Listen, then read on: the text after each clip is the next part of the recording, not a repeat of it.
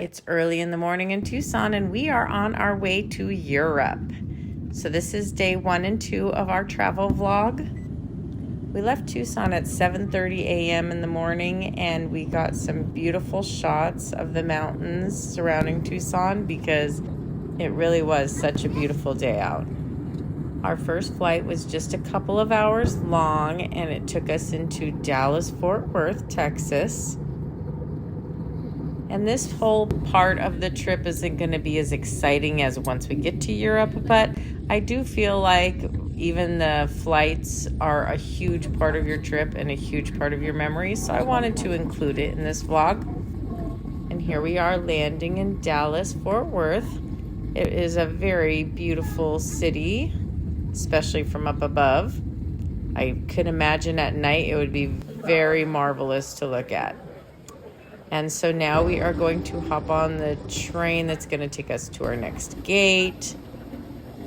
By the time we got to Dallas and got on the train to get to our next gate, we didn't have a whole lot of time to wait. So we got on our next plane pretty quickly.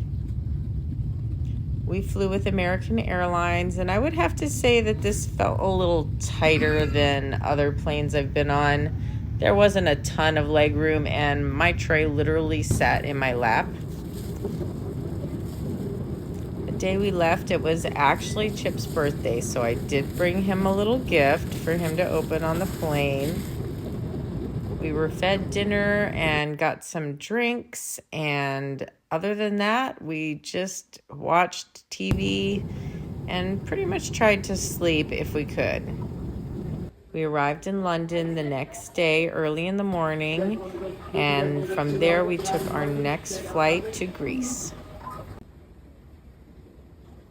By now we are running on fumes because nobody got a lot of sleep in the airplane, of course.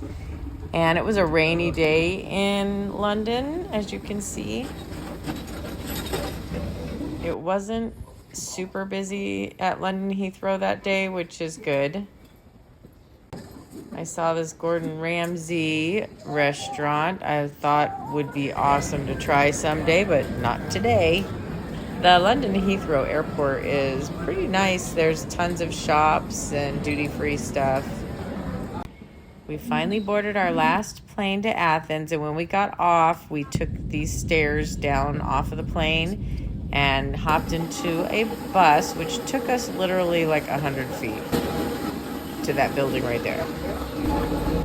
The Athens airport is quite a distance from Athens and from Piraeus, which is where we were on our way to, but there is plenty of public transportation, and we purchased a 3-day pass since we were going to be spending the next couple days here. There are railways and metros, subways, buses. You will be able to get around this city no problem. The passes were not expensive either. Once we checked into our hotel in Piraeus, we went to sleep for the rest of the night.